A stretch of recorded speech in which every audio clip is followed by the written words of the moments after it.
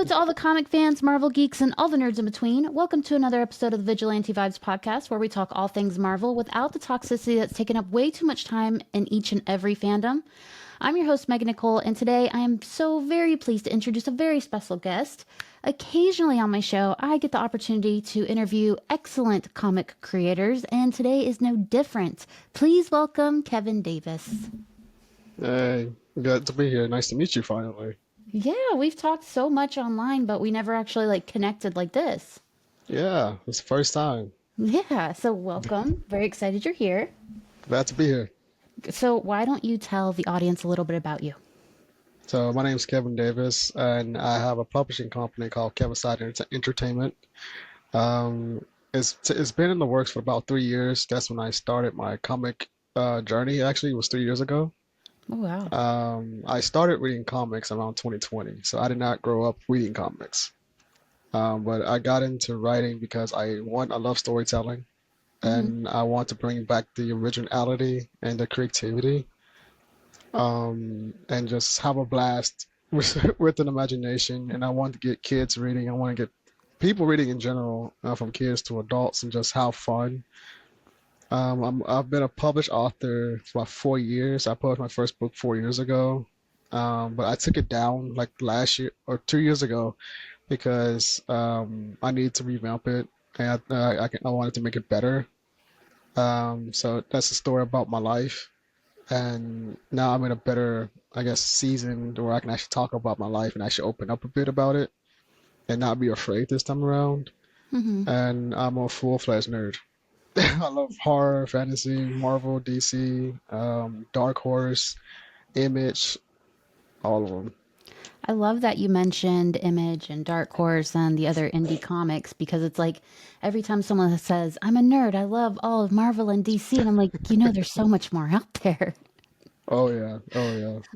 So, you said you took down your comic because you're in a better No, place in your it life. wasn't a comic. It's not this was a novel, my first Oh, novel. novel. Okay. Yeah. So you removed it because you're going to start it over because you're in a better place in your life.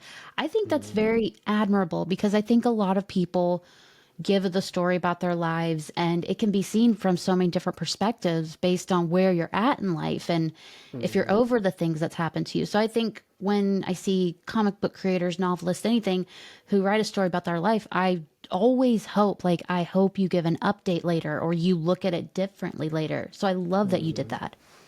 Oh yeah, and when I first wrote it, I didn't really have the knowledge that I have today, and I don't think I was very closed off, and I didn't really open up as I wanted to, because I didn't really know how to. But now I'm a bit more mature than I was back then, so I can give a better perspective of what I went through and how I overcame this and that.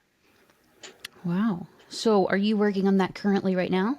Yes, that's one of the things I'm working on. I work on multiple projects at the same time because I'm Oh, crazy. Uh, my anxiety could never. Absolutely not. It's funny. One of my actually is so my novel is actually gonna be a poetry book too. So I'll be sharing some of my poetry that I write, and one of the poems is called "Anxiety," me dealing with anxiety. So Wow. so that was actually really fun to write because I can actually open up about it and just be flat out honest. Just be me. Oh, wow. I love that so much. That's so great. You really do it all. Like, I've I, been I told. yeah, you write a novel, you have comic books, you do poetry. I believe you do a newsletter. Like, how, Magazine newsletter or something. Yeah, magazine, how do yeah. you do all this and keep sane? Well, I come from a family of business, literally, because all my mom is a business owner. My dad is a business owner. My sister's a teacher, and my other sister has her own business. And I come from a family of creativity, so it was really like a fast-pacing family. Hmm. So I ask myself the same question sometimes too. But it, I have like so many tabs open on my laptop, so like that's how I kind of balance things out. But then on top of that, I actually have an amazing group of friends that works with me and help me be organized even better. Like I have a friend that does spreadsheets for me to help me get all the projects out my head so I know what I'm doing. My comic artist, my main artist, she also organizes my stuff too to help me with like editing videos or coming up with comic ideas and just trying to find ways to get that balance of chaos, um, and not just just being overwhelmed. And I'm also been again catching up on sleep because that was time I did not. I barely slept. Hmm. I went to like sleep like 5 o'clock in the morning.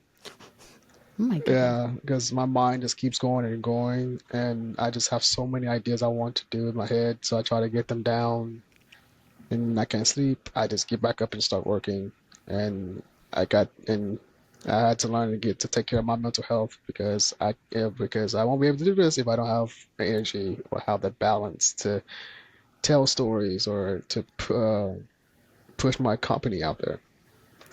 I feel like you learning that, mental health is wealth, especially in the creative business. I feel like that's something people don't really get until years later after they've like killed themselves trying to make it to where they want to be. So I feel like you finding that out so early on kind of puts you at an advantage in the creative field.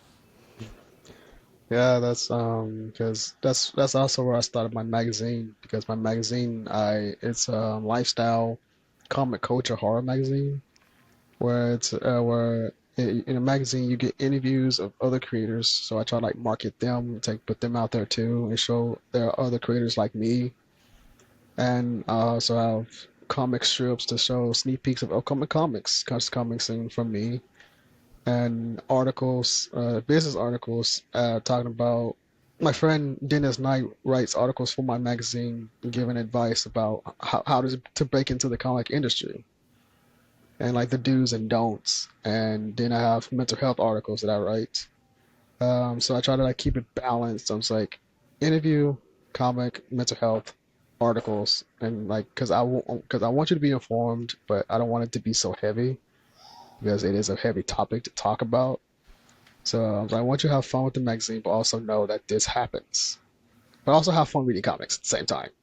So, and also these are also my creative friends that I've met over my time so far. That's also an industry that you can check out. So if anyone wants to check out this magazine, the link will be in the show notes. So be sure to check that out. So I see you mentioned that you have some things about horror, and I got the opportunity to review one of your comics, Skin Shifter. Like, so is horror a big thing for you? Yes, horror and fantasy. It's literally my strong suit of writing. I've noticed that it's my strong suit of writing, and I fell in love with horror as I grew up more. Because I love Alien, I love Stranger Things, I love even Predator, I love The Conjuring, Insidious, Sinister, The Black Phone, so many different types of horror and science fiction, fantasy, and then Lord of the Rings, Hobbit. I can go on all day about it. But yeah, it's horror and fantasy is my go-to a lot of the time. Then I'm also trying to challenge my writing to get like comedy and drama and like kind of trying to branch out because not everyone likes this certain thing. So I try to like go to different areas like to potentially reach other people. That makes sense. I'm not a horror fan by any stretch of the imagination. I get nightmares. But I really did like Skin Shifter. Skin Shifter. My mouth can't figure out how to say it, and I have Skin been shifter. struggling for like 2 weeks, and I don't know. It broke me, but Yeah. I really enjoyed it. What I liked the most about it was that the dialogue of the comic was very relatable. It was very modern. It would be how I would talk to my friends, which you don't Mhm. see very often because it's either perfect diction, perfect pronunciation, perfect everything. Mhm. But then that's not how people talk. So that's what I really liked about yours. Yeah, when I'm writing, I don't try to be like so fancy, like trying to talk like Shakespearean. I'm just going to be raw and real. Like that's literally how I'm building my brand is being raw and real. I mean, even in my comics. because when I'm writing my comics, I try to put a message in there, especially about mental health and like self-discovery. But I try to put it in a way where you can also be entertained, but also don't be like this idiot because you end up like this. Or or if you're feeling lost like this character, if you go this route, you'll be on a better path. But if you go down this path, not so much. So I try to bring out like that that rawness that we don't really see on media at all. And I always say it's not that hard to be original. And Yeah. Skin Shifter is actually based on my novel Jacobani. It's actually a Jack is Skin Shifter is my novel Jacobani. So that novel is actually out. It's been out for Hmm. like 2 years now, I think, or a year. Uh, Time has flown so fast, I kind of lost count. It all meshes together at one point. Like, I'll look back on Yeah, Facebook memories. I'm like, that was a year ago? I thought it was a few months yeah, ago. yeah. So Skin Shifter is actually based on my novel Jacobani. You can get that on Amazon, and Okay. so I'm actually revamping the Skin Shifter comic because the version you got was like the original manga version of it. Hmm. I'm revamping it with the new artist, which is my main artist because we just got back in contact a year ago after life happened. Yeah. But she was the reason I started getting into comics because she's my very first artist. And so I'm actually I'm having a redesign as a graphic novel. So next time you get to read Skin Shifter, you'll not only have issue one again in a new art style, you also get to read issue two and three all together. So it's gonna be like 90 pages or so, maybe more, when the graphic novel comes out. Oh, wow. That I would actually be interested in seeing because it was really, I really was compelled to the story. It just kept bringing me back in. And I was like, well, wait, that's it? What- What's gonna, what, I was just introduced to Jackal Bunny and you're just gonna rudely end it? Like, not even like Yes. horror. Like, that's Oh, crazy. yes. I love ending on cliffhangers because I want to sink you in and get you interested in wanting to. But you want to know more? It'll come out. It'll come out soon. Don't worry, it's coming. So I've always loved ending on cliffhangers. I will say it does get crazier, but it you won't. But it's not the type of crazy that's gonna be giving you nightmares. I promise. I I don't worry promise. about me. I'll figure it out. It's not a big deal. I But promise. it was But fun. It was a fun read because there was twists and turns I did not see happening. Like at one point, a spoiler alert for anyone who has not read it yet. If you haven't, you really should. When everyone turns and everyone is following a certain plan, I was like, wait a minute. So all these characters that I became what I found comfort in because they were the starting ones. I was like, mm, they'll never do anything wrong. They're amazing. At the end, I was like, what did he do to me? Why did he do that? yeah, and the funny thing is, my inspiration behind Jacobon is that if you know the Netflix movie The Babysitter, Hmm. when a group of friends make a deal with the devil and stuff. Yeah, that was one of my inspirations behind Skin Shifter and Split, and I really love alter ego type of stories, I do too. and I think this is probably like one of my most fun I've been writing Jacobani. And if you actually read the novel version, you actually read if you read the novel, you actually will see issue one, two, and three if you read the novel version. Hmm. But even the novel ends on a cliffhanger, so I would say that because there will be a Jacobani sequel novel as well. That would be four, five, and six in comic form. Hmm. So yeah, you can actually get the full-fledged story of issue one, two, and three in the novel version before the graphic novel comes out. So Oh, wow. Well, so have you been to conventions or anything with your novel and your comics? I haven't started yet. I haven't officially started yet. Oh, that would be really fun. I would really love to see that. That have your own stand with a Jackal Bunny cutout. That would be amazing. Yeah, a lot of people have been asking me, have I been going to conventions yet? I'm saying not yet. I'm literally just started out not long ago. And I'm still learning about all these conventions. I'm like, I only knew about like the San Diego, New York Comic Con. I didn't even know about the smaller conventions like Baltimore or Michigan Oh, or there's smaller I was like, ones than that. I was like, there's so many conventions I'm just learning about. I was like, and then even in my city, I didn't even know about conventions that go here. So I was like, I got to start out my local city first before I travel Yeah. anywhere else. Yeah, And they have because, them everywhere. Like they're like in our expo center where I just yeah, moved, where I used to live, where they had like little neighborhood dog shows and stuff. They have them there. It's like yeah, they're so small, but it shows you the community of the nerds of where you live because you're like, oh you yeah, look around, you're like, where have all of you been? Who are you people? I had no idea I lived around yeah, other nerds. So, me yeah, you neither. should definitely, at least a small one, get your feet wet. That would be so fun. Mm, yeah. And I will say there are plushies in the works. So there is a Jack of What? Bunny plushie coming soon. Um, yeah, I have multiple plushies on the way. That's in the works coming soon. From Jack of Bunny to Arcfire and to my other upcoming comics. So I'm expanding my business into that atmosphere. Wow. And also potentially 3D printed action figures maybe down the road. That's still Wow. a to be determined thing because I'm not really I was hesitant about plushies, but action figures that's a whole different medium. I was like, we'll see, we'll see about it. Especially if I somehow get a demand of like you want an action figure of this character or these characters, it's like I'll think about it. You see, you already But have all the merch for the conventions. You just got to pull that yeah. trigger. Yeah, and I designed my own clothing too, so I already got like Wow. the merchandise, everything to go. So I'm like, I will make my way to conventions. I just have to figure out how to do it and research how to sign up for stuff.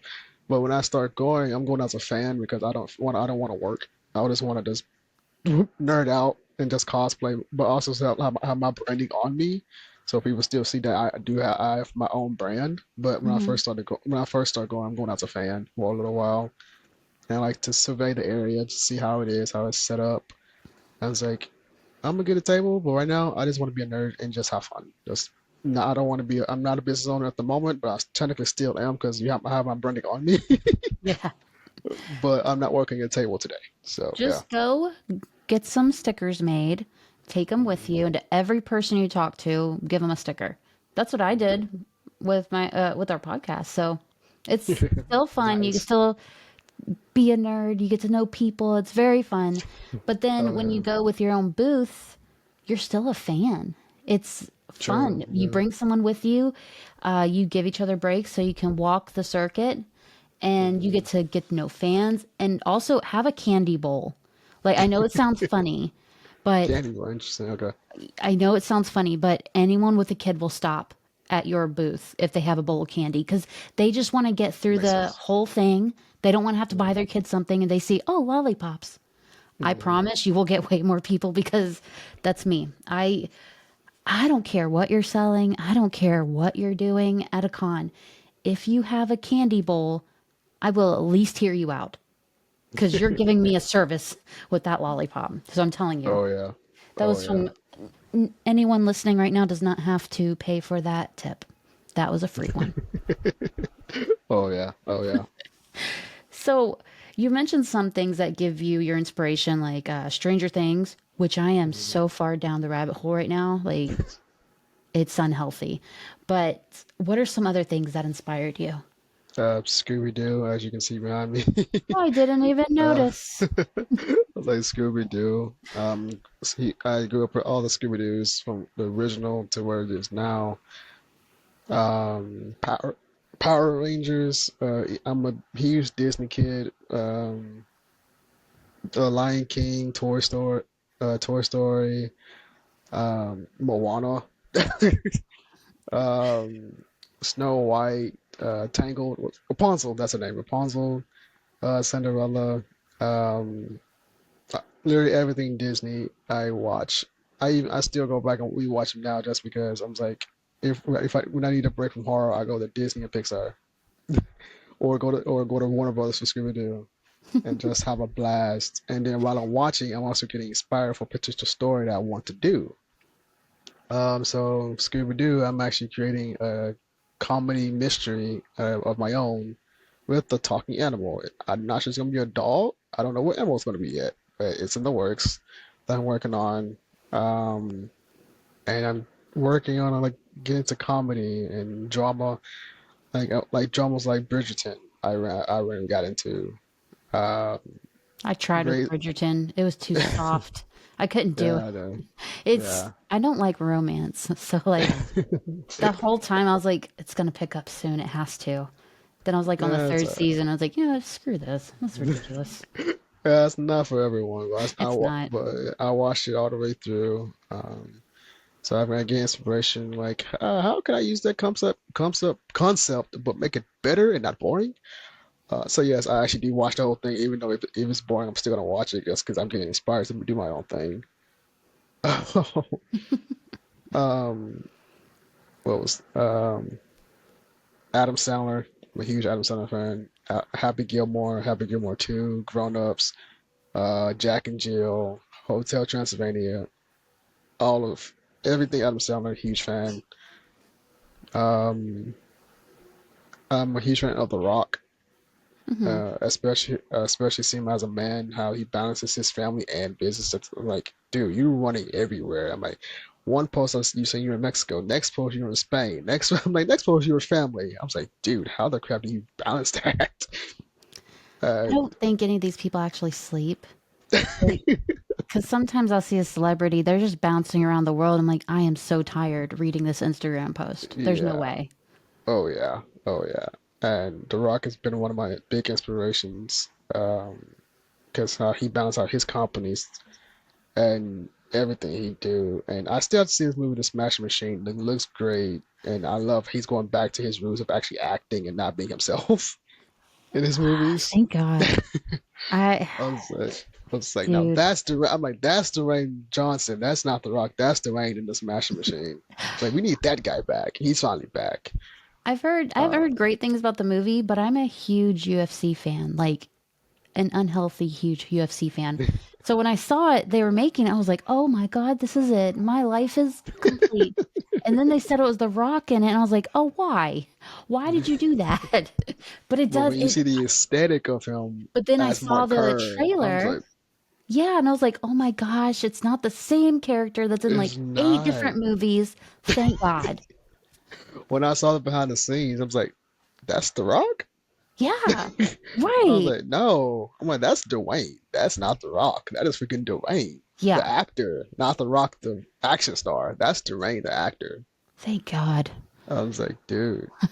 And then I looked at him side to side with the guy he's playing. I was like, holy smokes, you got the entire aesthetic of the dude. Like, what in the world?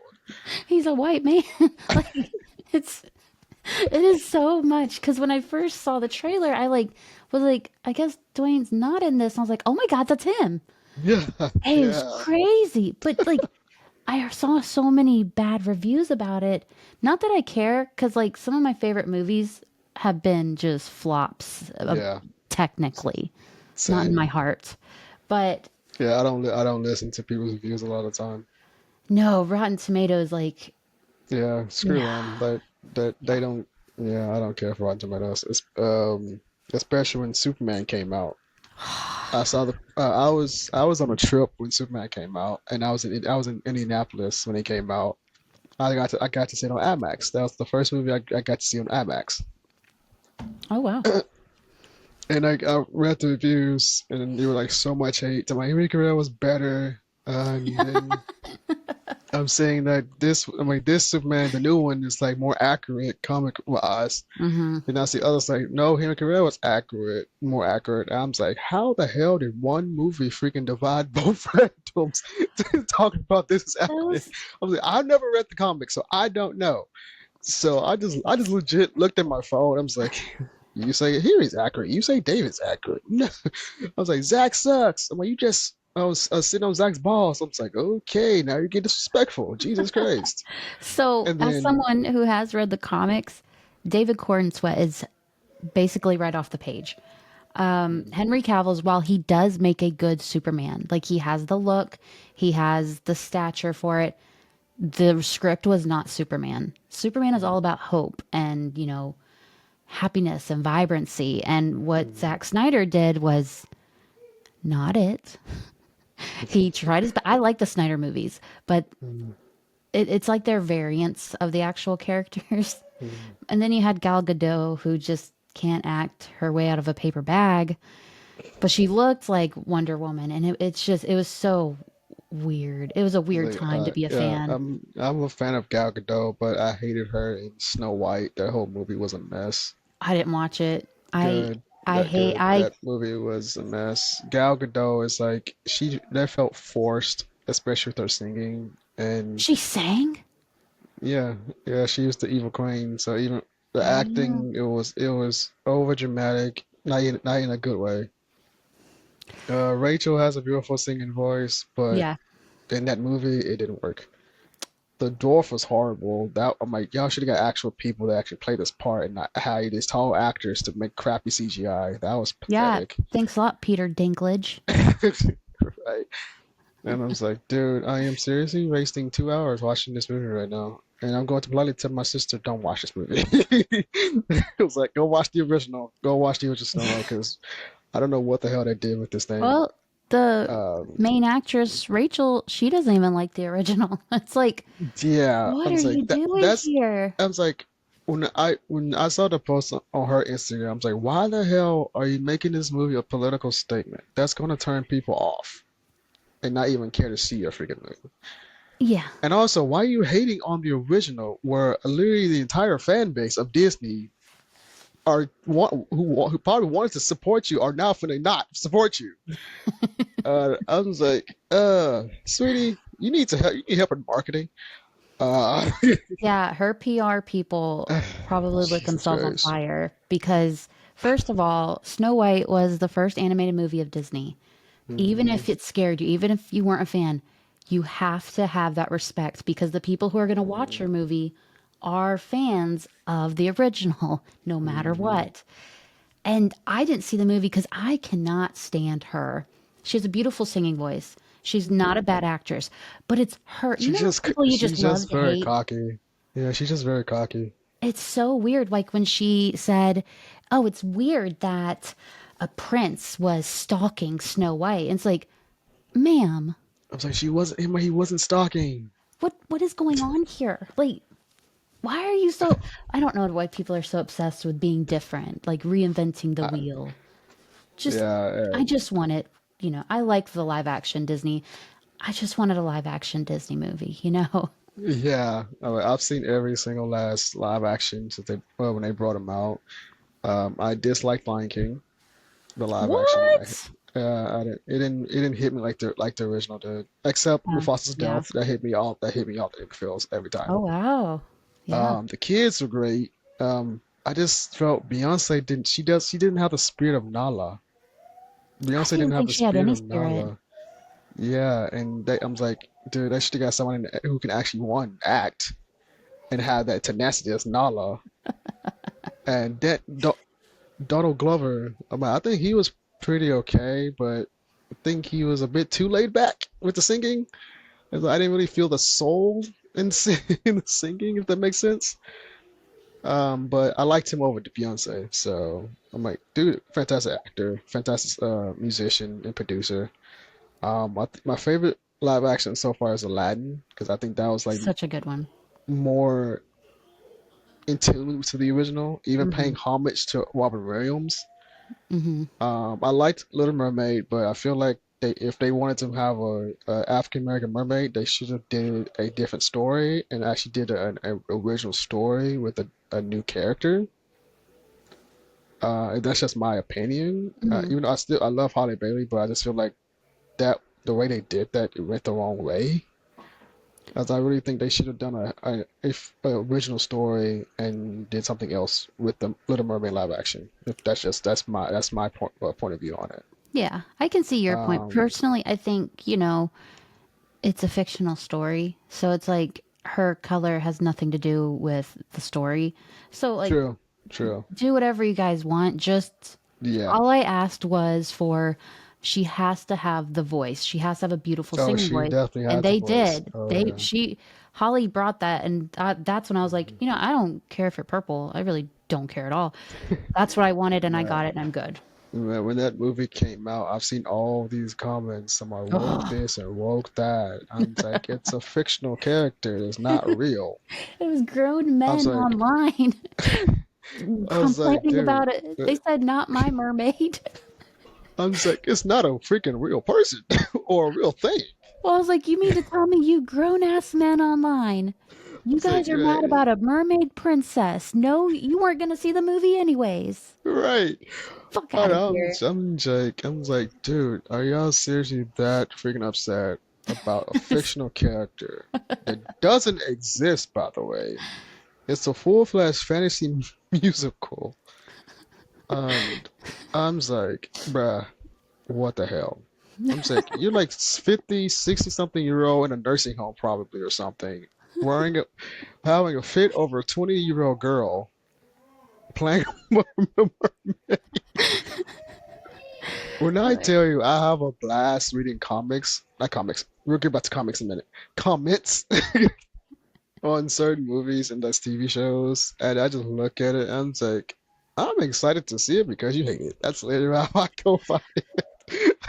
Yeah, that was my whole vibe when they said that Jonathan Majors was going to be Kang, and everyone's like, not everyone, but the people were like, I can't believe they got a black guy to play. And it's like, I was like, oh, I'm It's gonna sit like, back and watch. I'm excited because and I'm out of like, all Kang is purple. characters, It's like Kang's purple. yeah, like It's out like of Kang's all purple. characters, he has so many different looks in the comics. He does. This is the I've hill you want seen to that. die on? Is it I've really? seen that. When I've heard about this multiverse thing and about the character Kang, I was like, who the hell is Kang? And why is it a multiverse? And I researched it. I'm just like, oh hell. I was like, Jesus, this dude is old. And he spreads like wildfire, I see. Yeah, he And is. then, and I He love how they introduced him in Loki as the Victor what is it? Timely.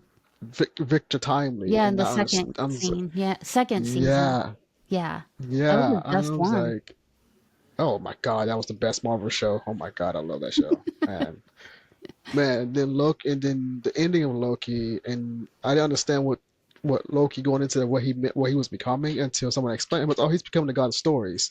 I was Mhm. like, oh, and then they sent me to the comic and where that goes. I was like, oh, I was like, now it makes sense. Okay, and then Yeah. he's back for Doomsday. I was like, that makes sense that he's back for Doomsday because he is the god of stories. So he has to protect the timeline, I guess. I don't know how it fully goes. Because Yeah. I actually didn't read the full story of the God of Stories just yet. So So I was he like, this looks is very interesting. after everything. He sees the multiverse. He Mm. sees the timelines. He keeps track of everything. So it only makes sense that he will be in the movie. And if we all realize a few weeks ago, very slightly rebranded the Avengers Doomsday look, and it looks much more Like Loki Loki's green, color, not Doom green. I've noticed that. So I'm like, this gives me more excited now. Because Yes. I'm like, one, I love Doctor Doom. Dude is a Yeah. fantastic freaking character. Oh my God, But yeah. why did y'all shine up the green on the movie though? I was like, what kind of? I'm like, okay, is Loki leading the movie? I was Does like, it would make sense if he does though. Is Once I think Loki the about it. cliffhanger at the end of the movie that Yeah, goes into Secret to Wars? Secret Wars. I was like, and I read the story of Secret Wars, and I was like, okay, Secret Wars is it's a lot of story to put in one, in They, one freaking movie. they need to make it And I was two. like, I'm stressed that they right. haven't. I'm so stressed about that. And I was like, and this multiverse has only been around what, like 5 years now Too since we long. started. But I was like, I'm like, I feel like it's not enough time because I was like, Secret Wars is a massive event, and I was like, 5 years time. I'm like, and this multiverse wasn't as connected as the original Marvel universe was. Yeah. So I was like, how are y'all gonna tie all these together at this pace? Well, you have to And think because you that, have so many cliffhangers from the Eternals to Moon Knight to Miss oh, they Marvel don't want us to to remember Eternals. They don't they want us to think about that they at all. I still remember it because it's a massive cliffhanger and it still pisses me off. I still remember it, even though it's 4 years later. I still remember it. Yeah. Um, it's like how I'm like then you introduced Thanos' brother. Apparently that was his brother in the post credit scene. I was like, He where the looks hell is so Harry Styles' he was so character? sexy. I hate that they did that. I hate that they did that because I And waited for like 2 years after. I'm like, when's my boy coming up? And then it just never happened. I'm like, you and tease. it's like Marvel, what the crap are you doing? Yeah. Man. And then on the DC side, I love what James is doing and how he explains how he's not doing like nothing until there's an actual script that he approves of. Hmm. I was like, thank you, That's because the way it should be done. Marvel is just ranking everything. Marvel announces a And project before they have before a they have script, the a script, director, everything. And it's like, I know people don't think that's a problem, but I'm I like, want to that's remind you of Blade. Mhm. And that's been what since 2019, actually, by the way. Yeah. Um, Yeah. and they still are in development hell with it. They're not doing it. And There's no way. right at this point, They don't have directors. They especially don't have a script. They don't have anything. how Ryan Reynolds trolled Marvel and Deadpool and Wolverine with the original Blade. There's only been one Blade and always will be one Blade. And Which then is a lie. Which is a lie. Because there was a series of Blade and no one talks about it, but there were exactly, no two one talks Blades. about it, so there's only one Blade. Yeah, but there's two Blades. But Just yeah, not there is him two now. Blades, but Wesley is the original and the only one that we care about mostly. And then Wow. Ryan Reynolds looks at the camera when Wesley says that. I'm like, you're a troll. You're a freaking troll. That was yeah. And Ryan Reynolds works best off the shock factor. he really does. He really Yeah. does. Yeah. And then DC side, um, not gonna lie, I wasn't a huge fan of DC at first. Hmm. Um, because one, I think it was very disconnected. I didn't really know like how to feel about it.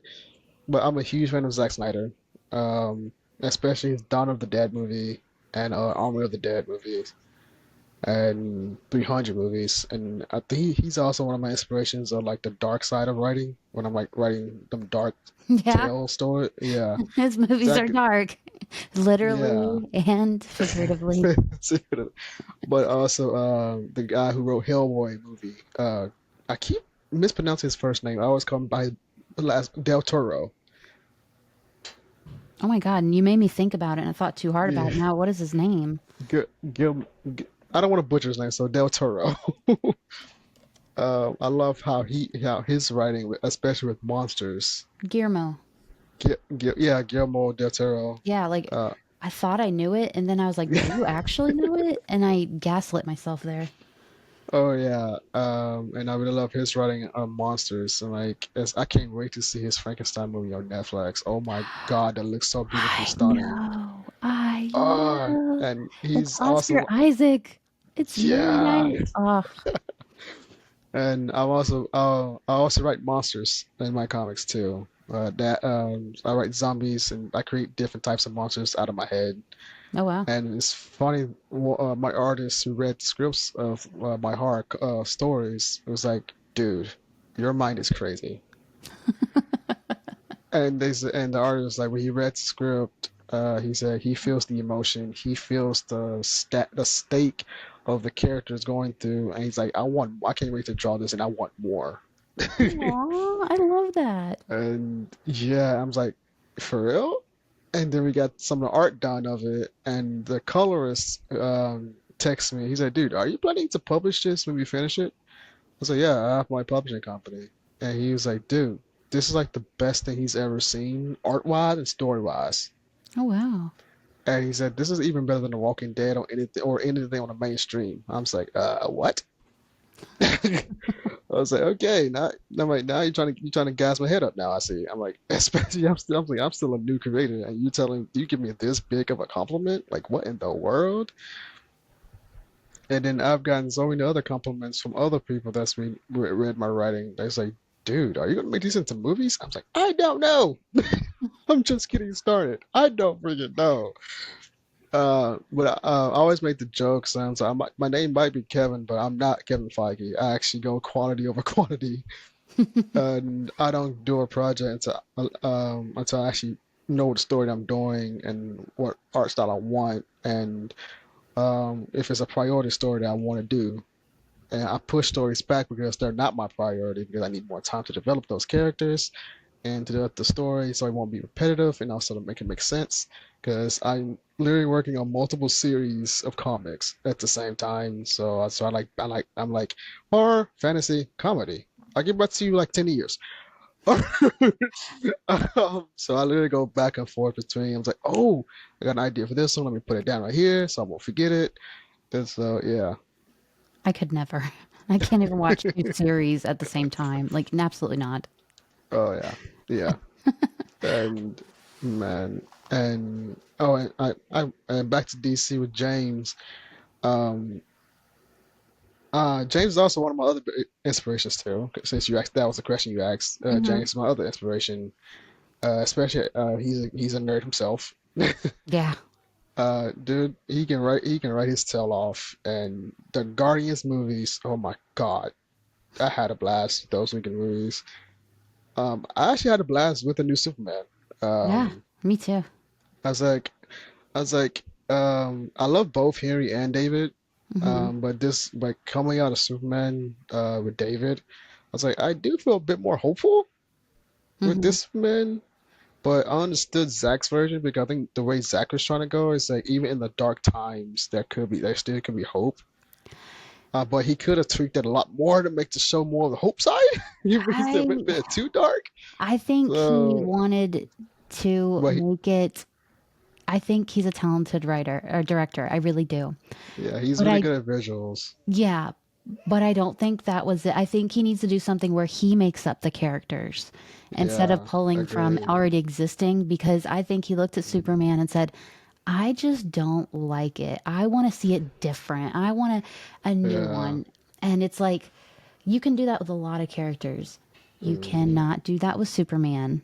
I am Oh yeah. sorry, but you can't. He just stands for too much good. You cannot turn Oh him yeah.